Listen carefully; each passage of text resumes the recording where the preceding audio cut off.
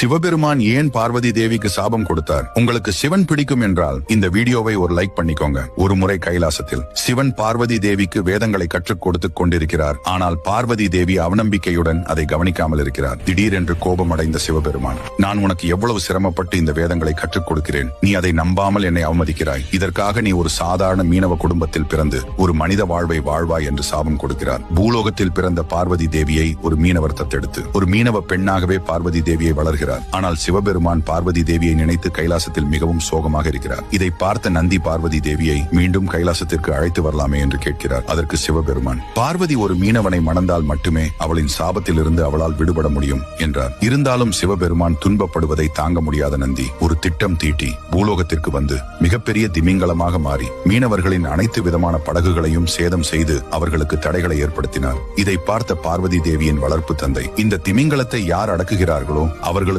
என் மகளை திருமணம் செய்து தருகிறேன் என்று கூறுகிறார். நிறைய மீனவர்கள் திமிங்கலத்தை அடக்க முயற்சி செய்கிறார்கள். ஆனால் யாராலும் அந்த திமிங்கலத்தை கட்டுப்படுத்த முடியவில்லை. அப்பொழுது சிவபெருமான் மீனவர் ரூபத்தில் தோன்றி அந்த திமிங்கலத்தை கட்டுப்படுத்துகிறார். பிறகு மனித ரூபத்தில் இருக்கும் சிவபெருமானுக்கும் பார்வதி தேவிக்கும் கல்யாணம் நடந்தது. இதனால் பார்வதி தேவிக்கு சாப விமோசனம் கிடைத்த இருவரும் கைலாசத்திற்கு திரும்பினார்கள். நீங்கள் சிவபக்தராக இருந்தால் ஓம் நம சிவாய என்று கமெண்ட் செய்து நமது சேனலை ஒரு சப்ஸ்கிரைப் செய்து கொள்ளுங்கள்.